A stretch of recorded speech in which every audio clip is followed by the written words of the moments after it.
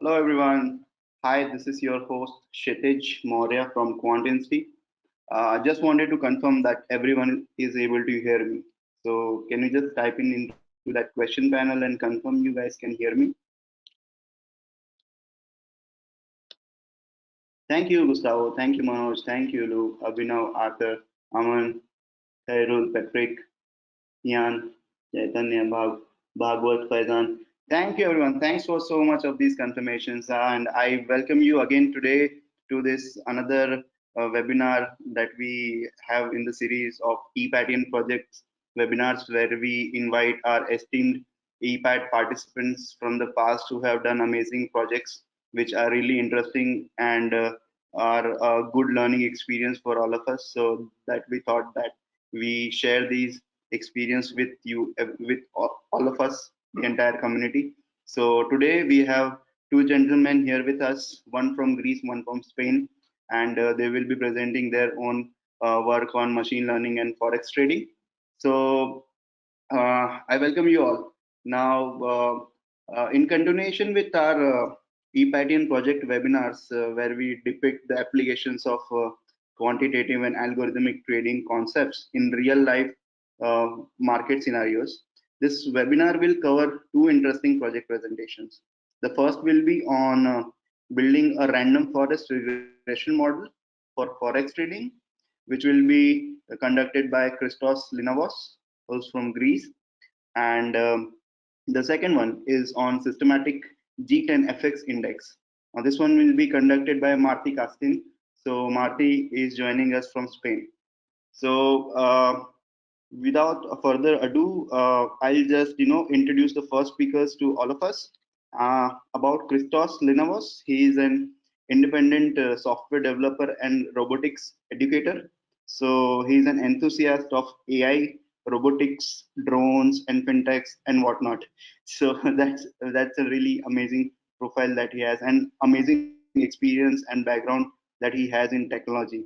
So it is not the first time that he is using algorithms in in his life or in his career. So he is, now that he already has that technological background, he is applying that in the financial market from now. So this is really amazing. And he studied economics, uh, administration, and informatics. He holds a master degree in information and communication technology. He's working as an independent forex trader since last 2 years. And as I already mentioned, Christos is an esteemed ePatian who has completed ePat in 2019. So join me and welcome the our first speaker for the day. And Christos, we welcome you. And the stage is yours. So welcome, Christos.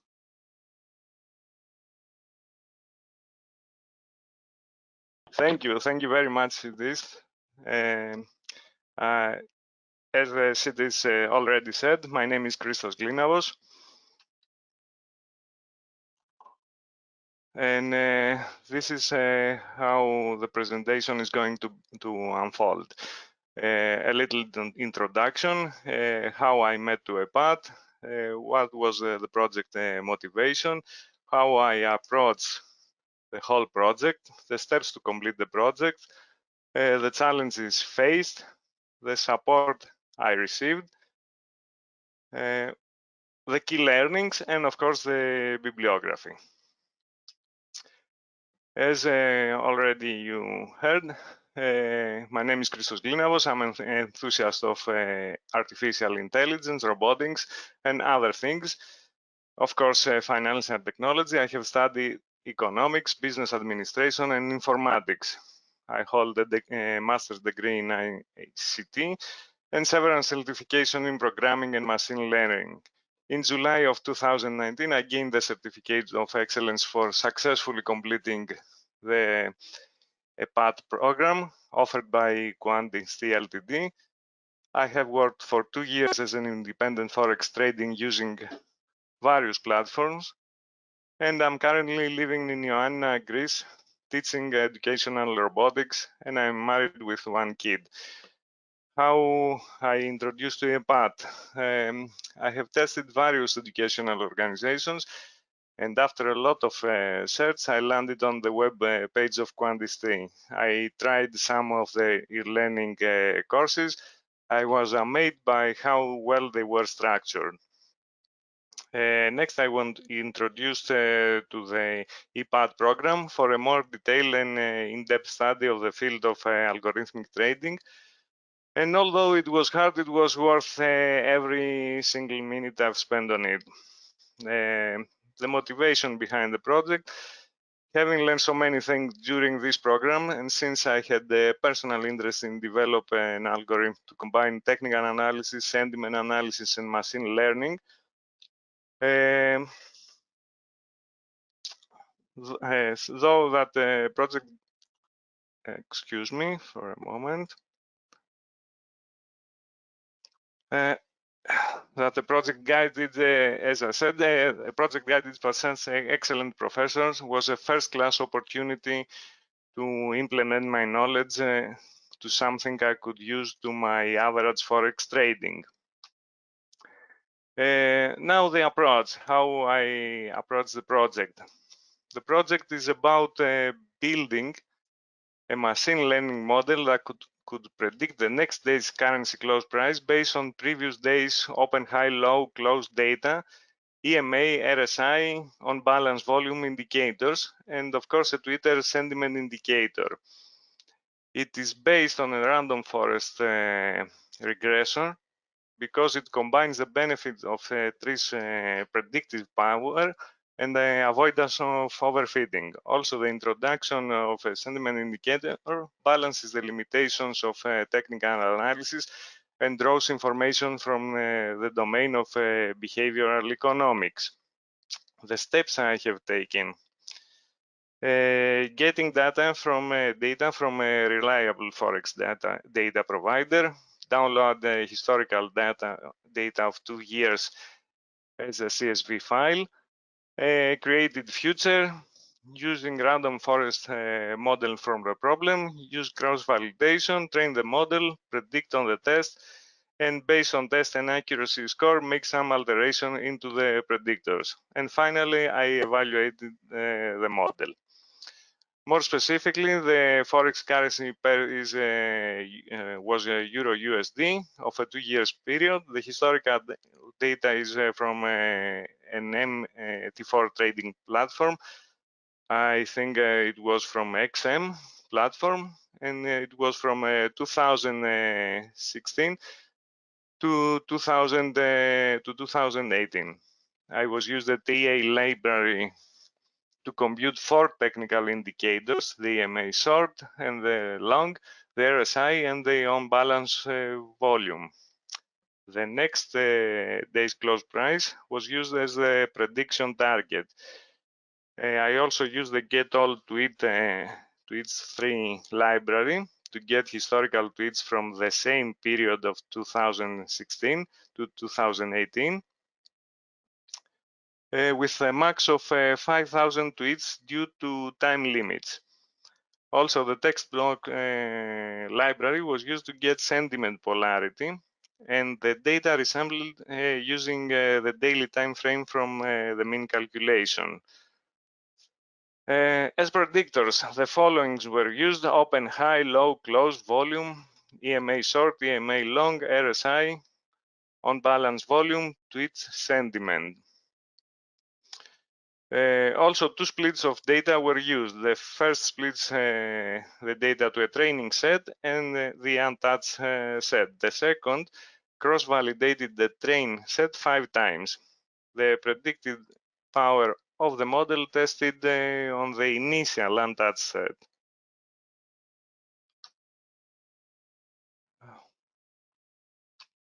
Now, more specifically, you can see on your left the main steps for the development of this project, and on your right some pieces of code indicative and of the code that I used.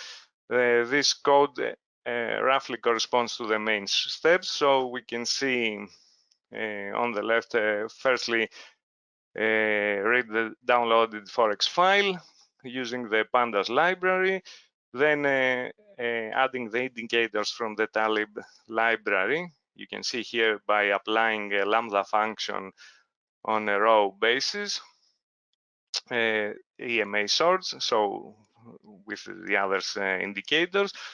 Also, getting and reading tweets with the special library, and by using the text blob library, I got the sentiment using sentiment polarity, positive, negative, or neutral. I also resample the data, so we have a daily time framework, split the data on train and test set, creating the random forest regression with these parameters. Someone could easily choose other parameters. You can test as well for other parameters and see for yourself if this is better with your choices. Then I fitted the model using the X train and Y train. I use price prediction based on the predictors, and then the signal that was if the price prediction was larger than the close price of the day, then the signal was positive, was to buy. And then based on a function, I compute the returns. Of course, this project had many challenges. The following were a major source of concern. The gathering of Twitter data, as many of you may know, was problematic due to Twitter API limitation, time constraints, and local, of course, computational force. The final amount of useful data was small to extract, of course, robust conclusions. The need for splitting the data into train, test, and validate, and out of sample data was further worsened the statistical value of findings. It is hard to train and implement the model in real-time training due to the constant need for not so readily available Twitter data. For those who want to proceed and follow this program and path, I suggest to all of you. It was an amazing program. I learned a lot. I have to say that the administrative support was excellent.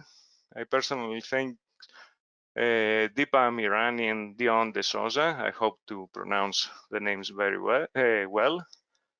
And the project support from my project instruction, Varun Divarak, was also excellent. Here on the right, you can see some real Q&A sessions that we had with Varun, and you can see the kind of support that I received. I will mention some of them. I believe I have the time. So I asked Varun, my thought is to have a polarity for each day, probably based on the prevail polarity from the total of different periods during that day, because I use the daily time frame from Forex, but I can't figure out how to code it. Could you please help me? And of course, the direct answer that helped me a lot, it was the one you saw below here. Use tweets df resample tweet sentiment mean. And another question here. When I said max tweets over 10 or 20, kernel stays busy for hours and nothing happens. Second, when I use scaler and fit transform on xtrain and xtest, the following function model fit sometimes gives me value error. Any suggestion? And the answer, you should use transform on X test as is already trained on the X train. There is a non-value in the Y data. I removed it and ran the model and it is working fine. Finally, you can see some suggestions from Varun for the improvement of my model. You can see here that it says you can further improve the algorithm by giving trading finance specific words appropriate weightage. For example, bull and bear need not to have the correct interpretation in normal NLP packages. And you should also combine the sentiment scores with other technical indications. Some key learnings from the project.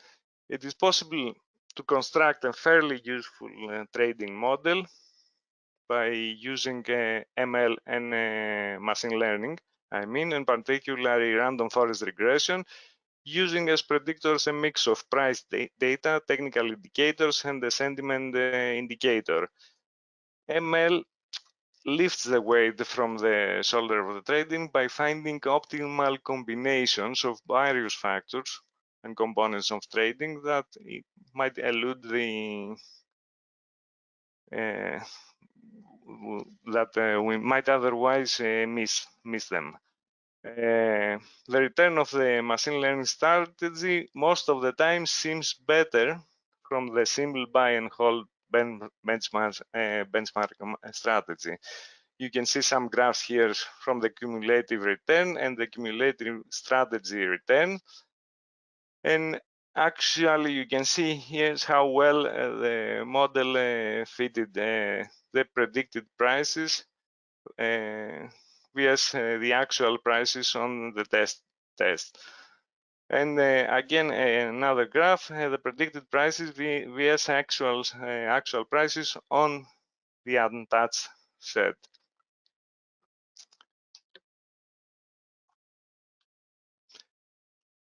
Finally, you can see here the bibliography and some links you can also use, and the files I used to produce this project. All the supporting files are on the link. And I think that concludes my presentations, and maybe we can proceed to the question and answer mode session. Cities? Thank you for such a wonderful presentation, Christos. And it is really insightful, and it was crisp. I know a lot of efforts that we have put, and due to the limitation of time, we are not explaining everything in detail here. But I see already a few questions popping up in the questions panel. So probably we can pick them up and answer. So the first question that I can see is this one by Ganesh. So he says, how did you quantify the data from tweets as it is qualitative data? Yes, as I said, I used the ready library of Python text blob. This gives the sentiment, and this sentiment is either positive or negative or neutral. So when the sentiment was positive, I marked it as a 1. When it was negative, as a -1, and when it was neutral, as 0. And then I resample the data for the daily time frame, and I took the mean of all this hourly data. I hope to answer the question. I have answered the question. Thank you. So Ganesh, hope that answers your question. The next question that we have is from Dijian. Now, the question is, Hi, I realize the data period in the relatively short, 2 years Mm-hmm. plus time series data. What is the split between train and test data? How do you decide to split? Is it still meaningful to split since your time series is relatively short? And is there any way to tackle this issue short time period? So there are a series of questions, so we can answer them one by one. Please ask. Okay. Um, of course, the data, very good point, are very short, are very few. I decided to use the standard split of the data between 70-30 percent. And as I said, it was a problem.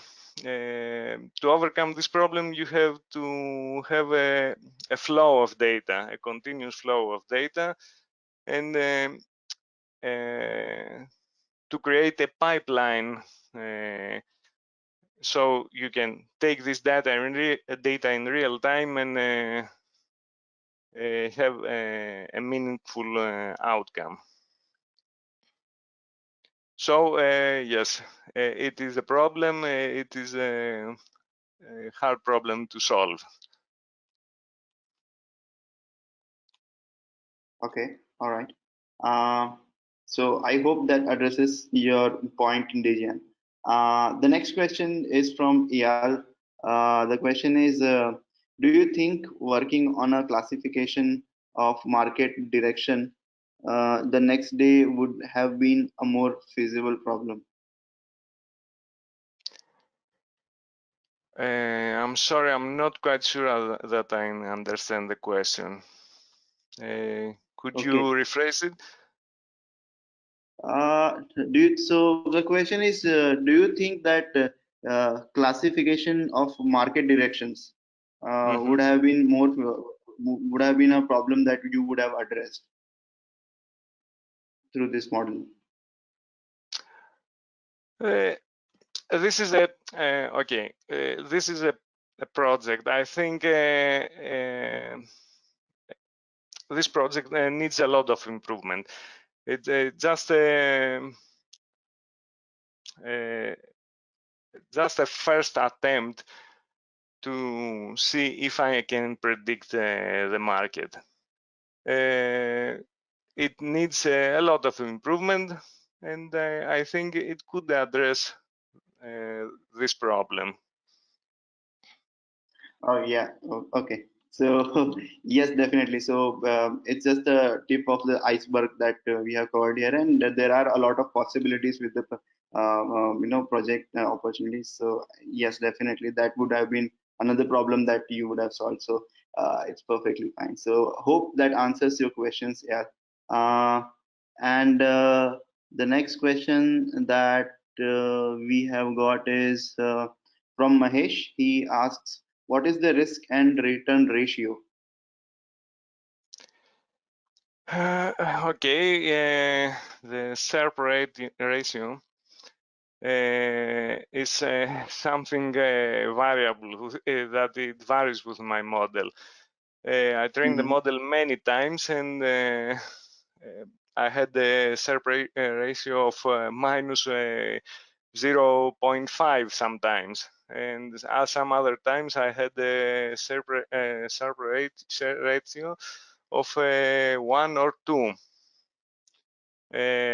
Not a stable ratio, but I think it is very promising.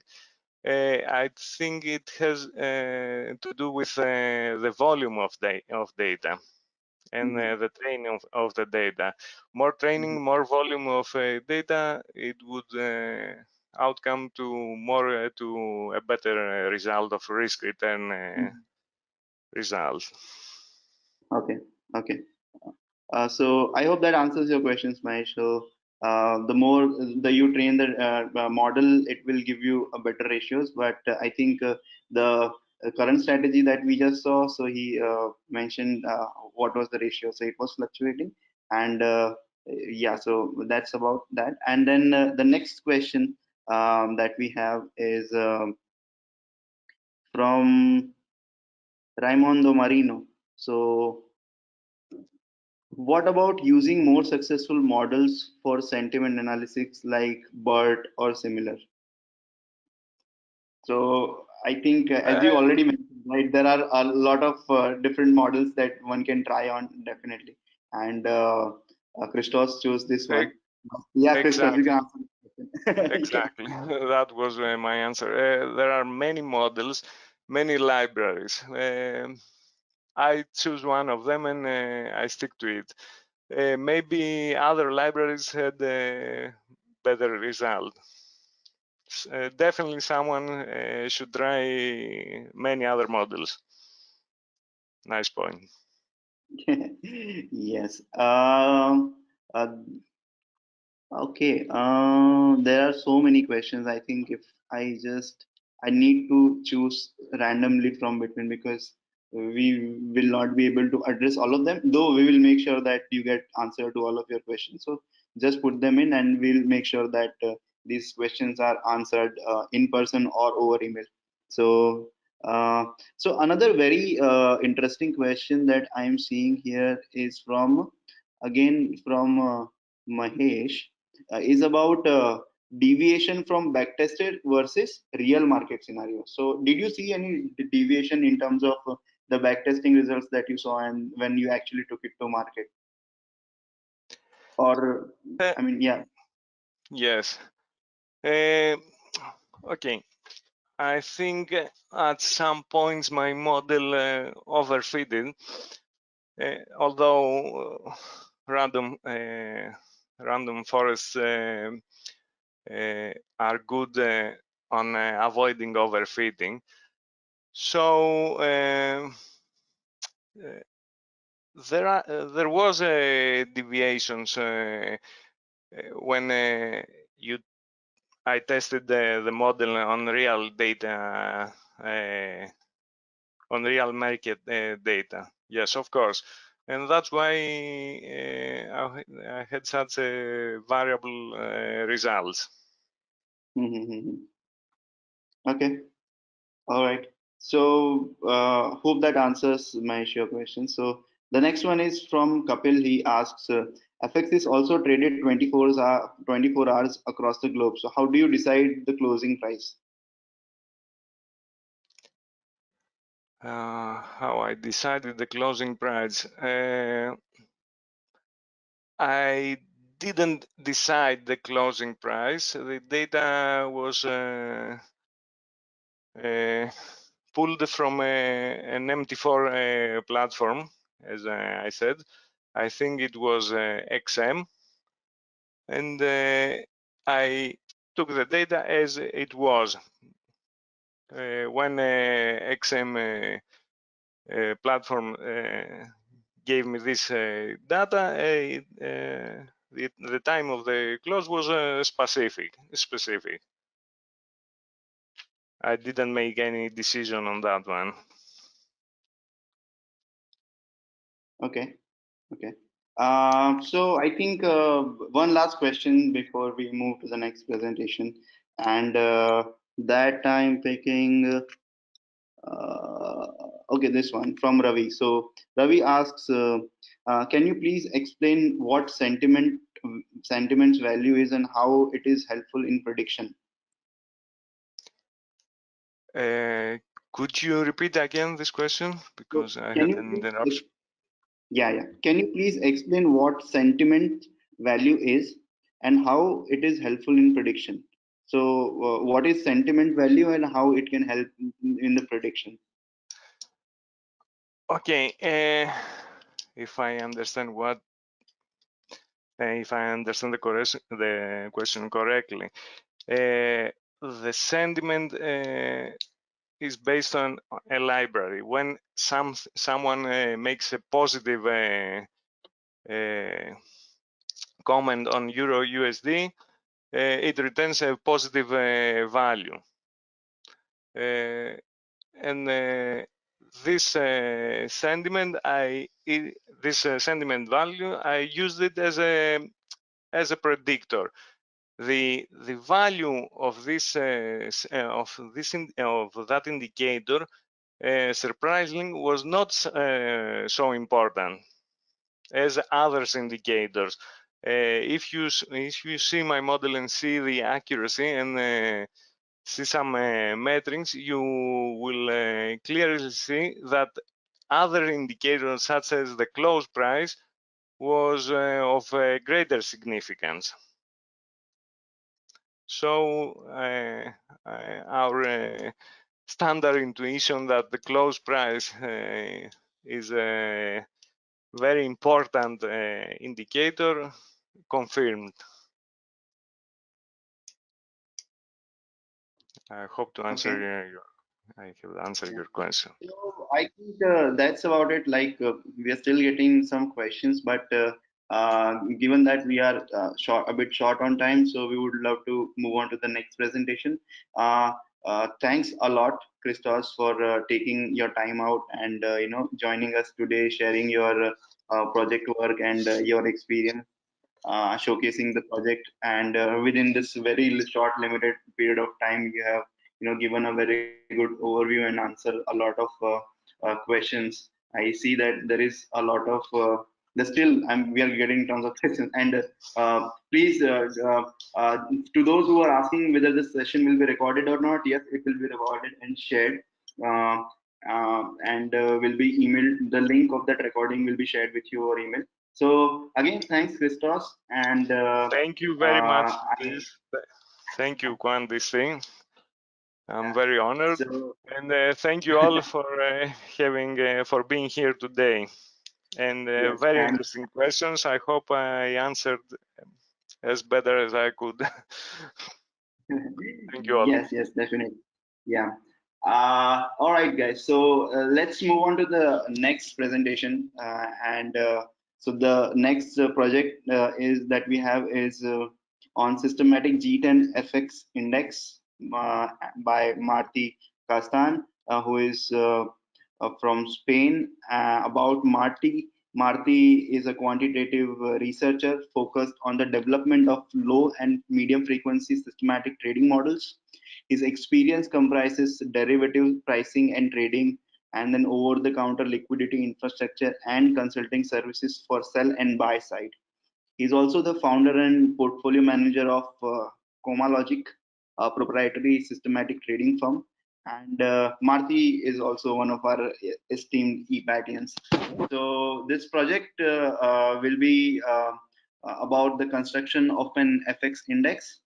And I would pass on the presentation rights to you, Marty, and the stage is yours.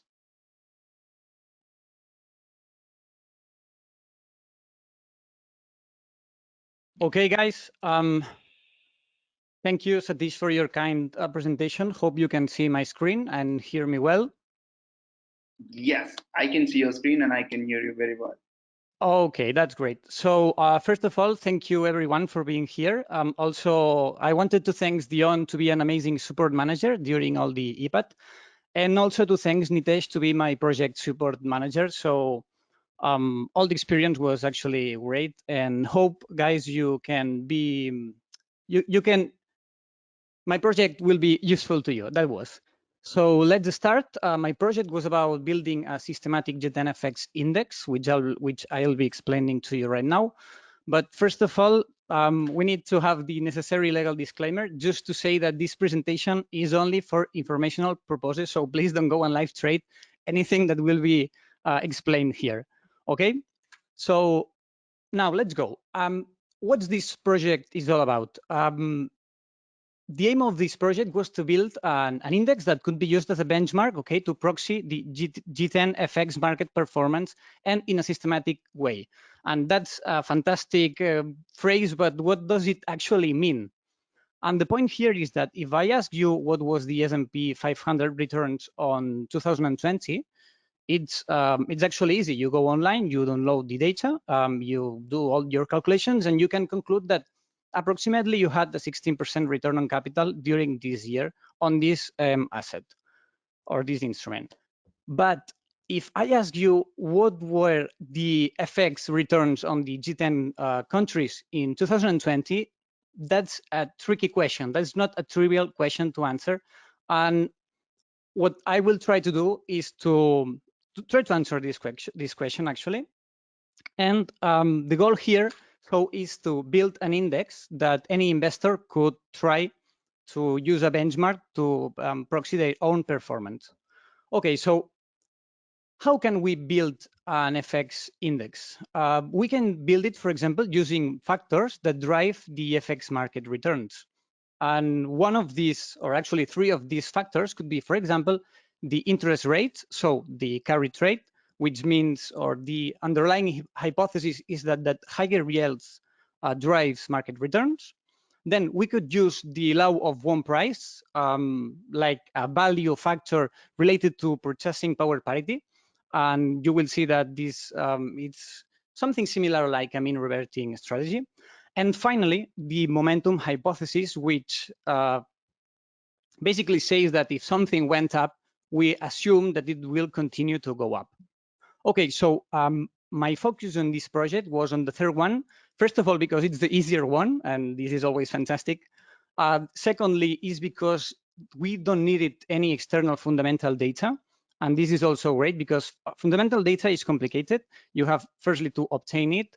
Sometimes data vendors or the people who publish that fundamental data like to revisit this data and change it over time. So if we download a data set now that has been revised, we won't be using the data that it was actually and really available in that moment in the past if we backtest this strategy.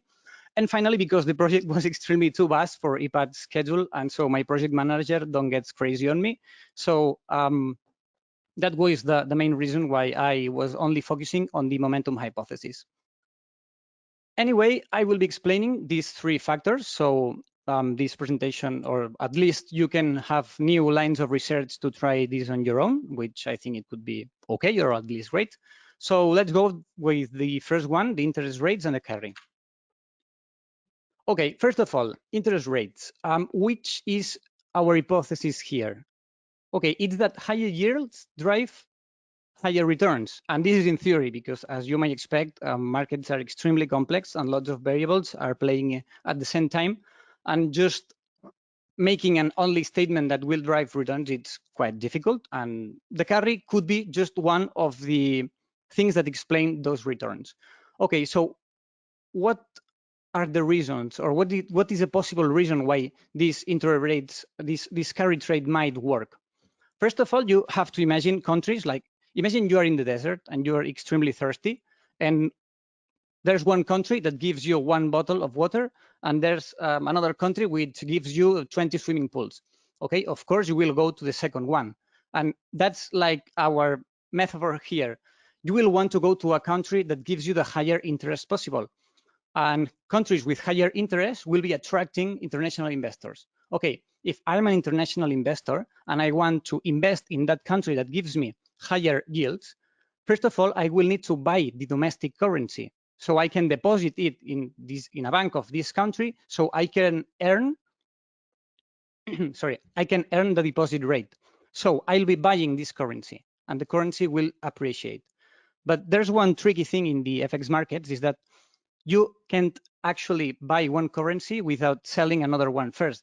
So if I'm intelligent, I can try to go to a country where the lending rate is lower, so I can borrow money from that country and use it to buy the other country's currency. So I'll be using this currency to buy the higher yielding currency, which makes I buy the high yield and I sell the low yielding. So with my trade, I'm making that this exchange rate changes, sorry, and this is the factor which we would be trying to exploit. Okay, so the next one, the value factor.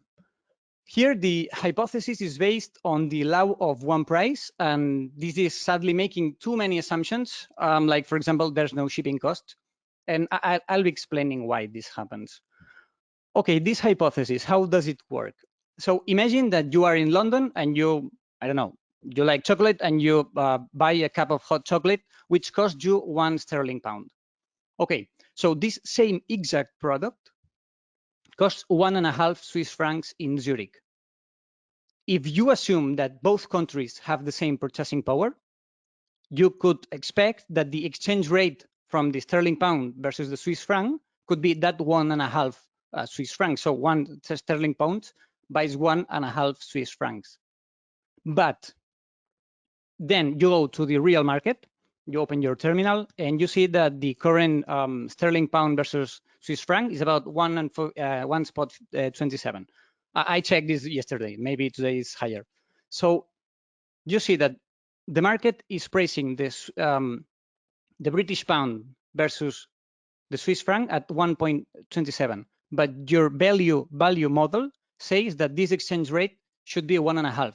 So what can you do? So you can buy you can buy sterling pounds and you can sell Swiss francs. So you will be long the exchange rate pound sterling versus Swiss franc, because what you do is expect that this exchange rate self-adjusts in the future and reflects that imbalance, okay, in value. And as you might expect, this is a mean reverting strategy in which the average or mean price would be that 1.5, and now we are behind below this price, so we would expect to buy this currency pair. And finally, the momentum, which is the factor that I was using to conduct this project, is like the more straightforward of the three. And the hypothesis is actually very simple. If prices are trending up, you can assume that they will continue to trend upwards in the future, which doesn't mean that this is true. Actually, more times than not, it's not true. But when it does, you can use and ride this trend and try to harvest higher profits than the ones that you don't do when this hypothesis doesn't actually holds true. And this one, this is an interesting factor. It's been very studied in academia. It's a factor that it actually exists, and there are some possible reasons which I think I can understand, and that's one of the reasons also why I like to trade momentum strategies, because or at least I think I understand what drives them. And the first of all is, like, for example, mutual funds and hedge funds rebalancing their foreign positions, so they have to currency hedge their overseas exposure. Okay, what does this mean? Imagine that you are an American-based fund and you want to buy European stocks, for example, German stocks. German stocks are sold in euros or are denominated in euros. So you, first of all, need to buy euros in order to buy this stock. So you are long euro. And therefore, you should sell euro to hedge your overseas currency exposure. Because what might happen if you don't do this? Imagine that you win 20% on that German stock, but at the same time, the euro falls 20%. So if you're not hedged, all the profit would have actually disappeared due to the currency risk. And this heavy rebalancing and heavy hedging can drive momentum, which we can try to exploit in a systematic manner in our favor. The second thing is, or the second possible reason could be the behavioral finance, like some sort of psychological bias, for example, following the crowd, overcrowded strategies, things like Tesla or Bitcoin, that when it's starting to go up, people like crazy start to buy again, and this creates more momentum that maybe you can use in your own benefit again. And the third one is the momentum persistence, which this one comes from physics and is actually saying that if something is moving in one direction, it will need more energy to change or stop that direction than to keep moving in the same direction. Okay, so that's all the theory. Now let's try to get our hands dirty and explain exactly this strategy. Okay, we have talked about these factors, and let's do with the momentum factor. How can we exploit this momentum factor? So, for example, we can buy the currencies with positive returns, and we can sell those currencies with negative returns. And this is actually a time series momentum strategy applied to the G10 pairs, currencies. So, for example, we can buy the currencies with positive 6-month returns. And why 6 months? it's simple, just because it's half a year and this looks sensible. You can actually do it with 12, with 8, with quarters, with 3 months, wherever you want. That is not a problem. Just that we are facing a future strategy in which we need to enter some parameters. The least parameters, the best, to avoid overfitting. And if we try to use parameters that may look sensible to us, so this can help us understand better the strategy. And just to be sure that we are not putting, for example, 3 spot 14 months, which would be kind of weird, for example. And again, we will try to rebalance our portfolio once a month. Again, this is because once a month looks sensible, because this will involve fewer trading costs. And this is actually very important because we can't predict future returns, but what we can predict are actually costs. So if we can keep costs at the minimum, this will help us harvesting our returns. Okay, so as I mentioned, we will be using the G10 currencies, which are the euro, the sterling pound, Swiss franc, both the Norwegian and Swedish krona, the Japanese yen, Australian dollar, New Zealand dollar, Canadian dollar, and finally the US dollar. But of course, this selection have pros and cons. Which are our pros here? These currencies are very, very, very liquid, and this means that they are cheaper in terms of spread. You know, at more liquidity, the lesser the spread. But this has a very sensible problem too, that these currencies, because they are so liquid, they are actually less volatile than emerging markets. And as you may know, as traders, what we want is volatility in order to make money, because that's our, or at least this should be our goal.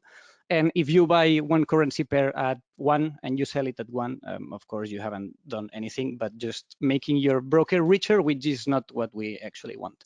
So pros and cons. And again, we will be using the USD as the quoted currency.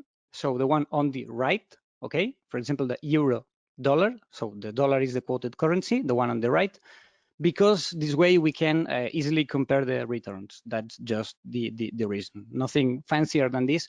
And you, of course, could also choose another one. For example, if you're based in Spain, as I am, or in Europe, or wherever you want to live, you can use another currency. For example, you can use the euro as the quoted or whatever.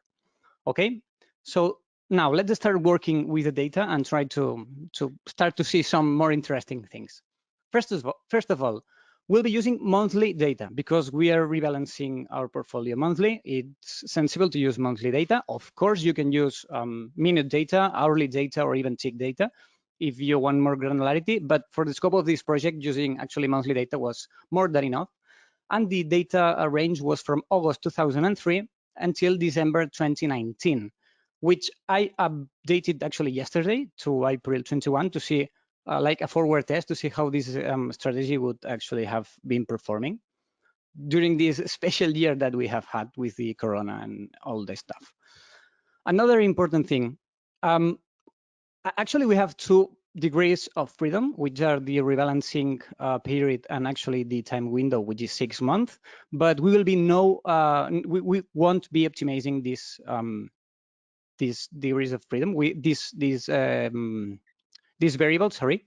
So actually there will be no optimization. So all the data set will act like an authentic out of sample data set, which means, and this is very important, that we won't be cheating ourselves.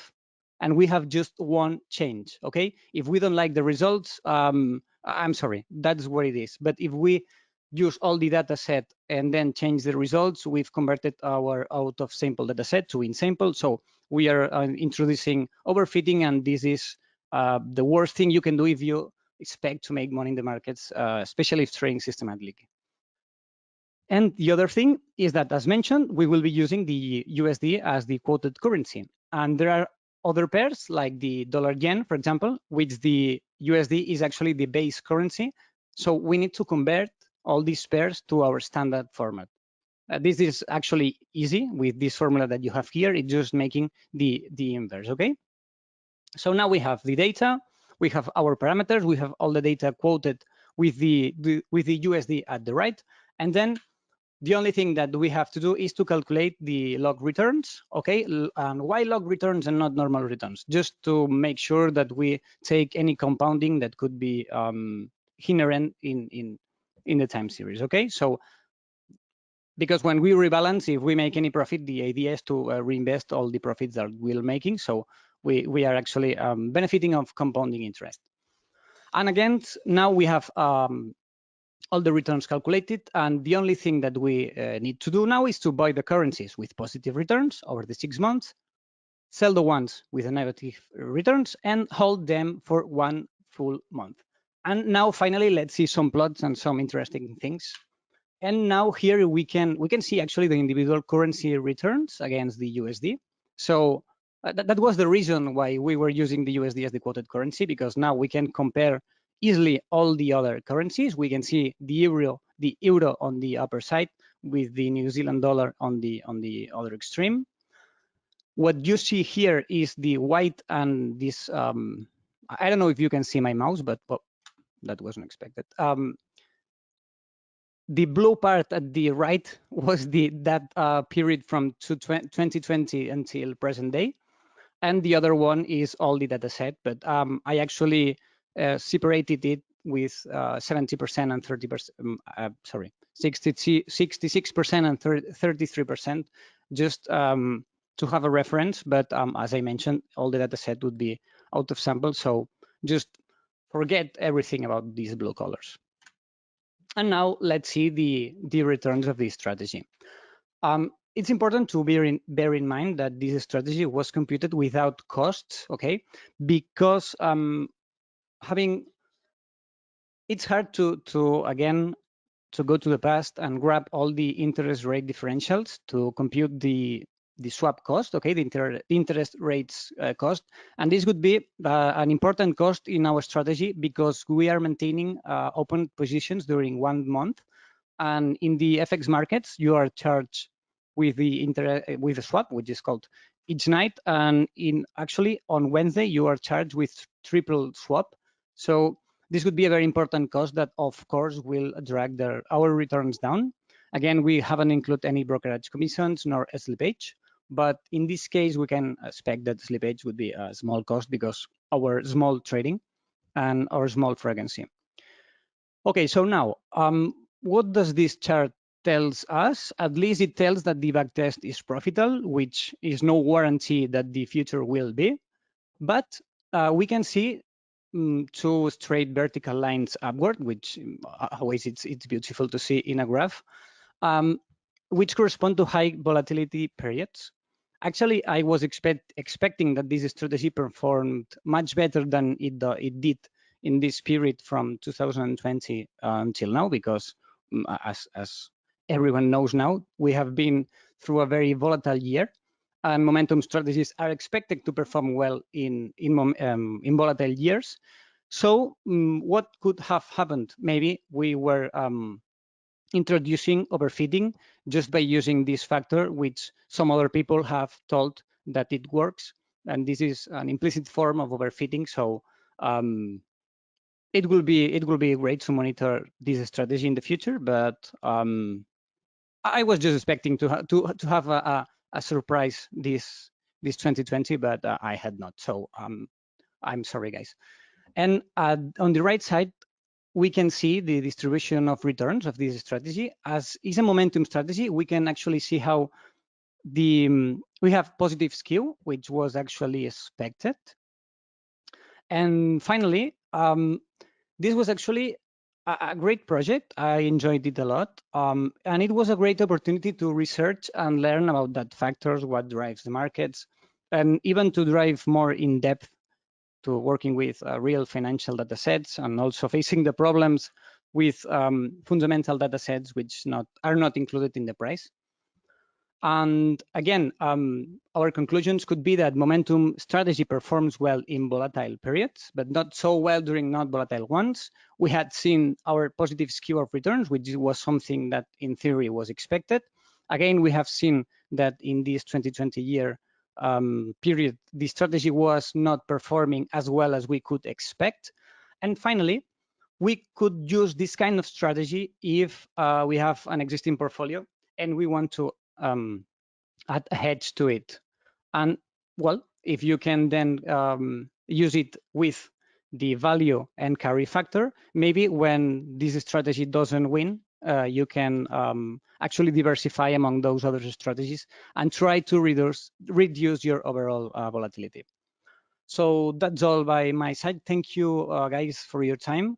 And of course, if you want, feel free to contact me. You can do it via Quantinsty, via LinkedIn, or via this email that you have here.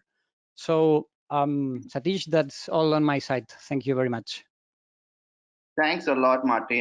That's a wonderful presentation. I think you explained it very well. And some of the in fact, so guys, I would like to ask audience, if you want to ask any questions, just start asking them in the questions. We already have a few, but before we go there, I would like to select a few questions from Instagram. So yesterday we posted a story on Instagram asking for if they have any questions in advance, and I see that a lot of people who ask those questions on Instagram are attending our session today.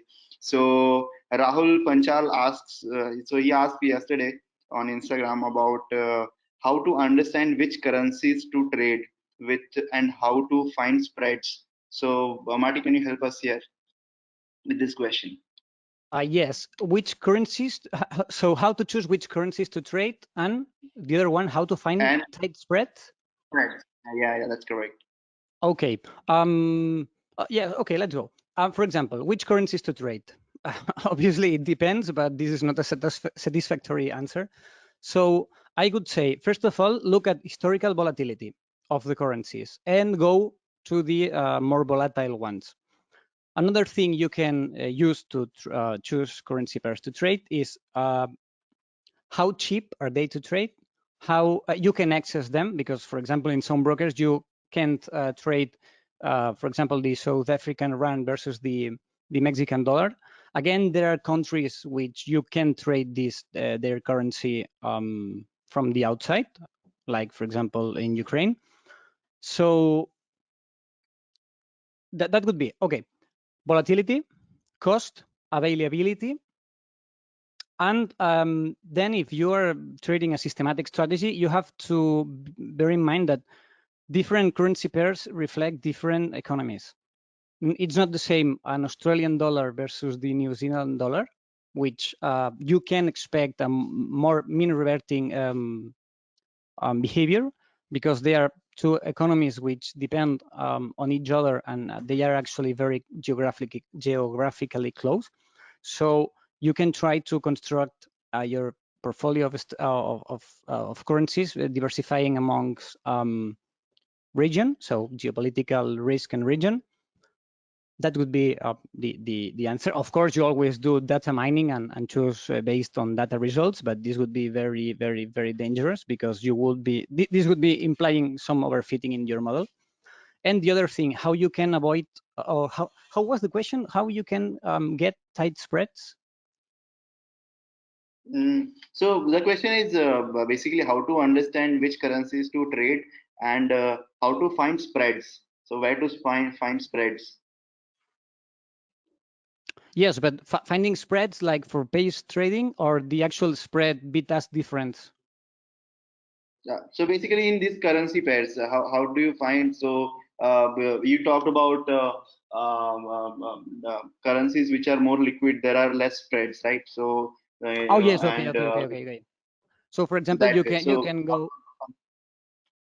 Sorry, Steve. For example, you can go all the G10 emerging markets. You can use this kind of institutional banks definitions to construct your currency basket. So you can differentiate them because of, for example, like developed economies, okay, floating and pegged regimes. You can choose your currencies depending if they have this country exports are dependent or not in commodities, for example.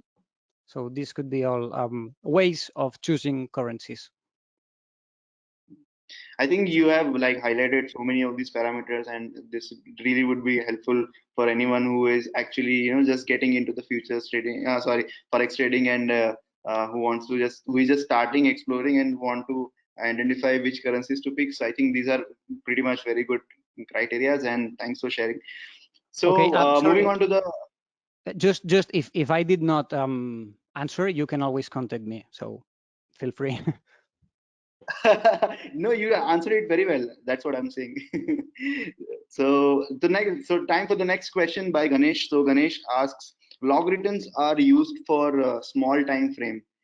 If I'm not wrong, then why are using it when backtesting your strategy on monthly data?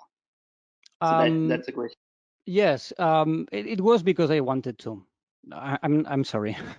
This is not a very scientific answer, but it was actually because you have to bear in mind that this project was because of the EPAT learning.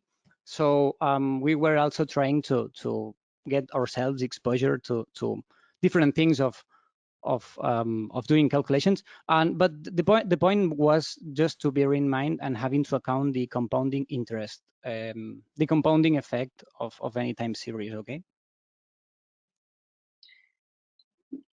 So yeah, that's a Yeah. basically a personal. Yes. So Yes. all right, so I think we are still getting questions, and we are almost at time. So this is the final questions that we are going to pick. And in case any of you are not able to get answer to your questions in this session, feel be assured that we will be reaching out to you with all those answers. So if you have any more answers, you will also be getting a survey form there. You also can share all of your questions, and we'll make sure that all of your queries related to today's session will be addressed. So the final questions that the final question that I am going to ask is from Aman. Aman asks, did you get a chance to plot 10-year historical returns on the benchmark you created?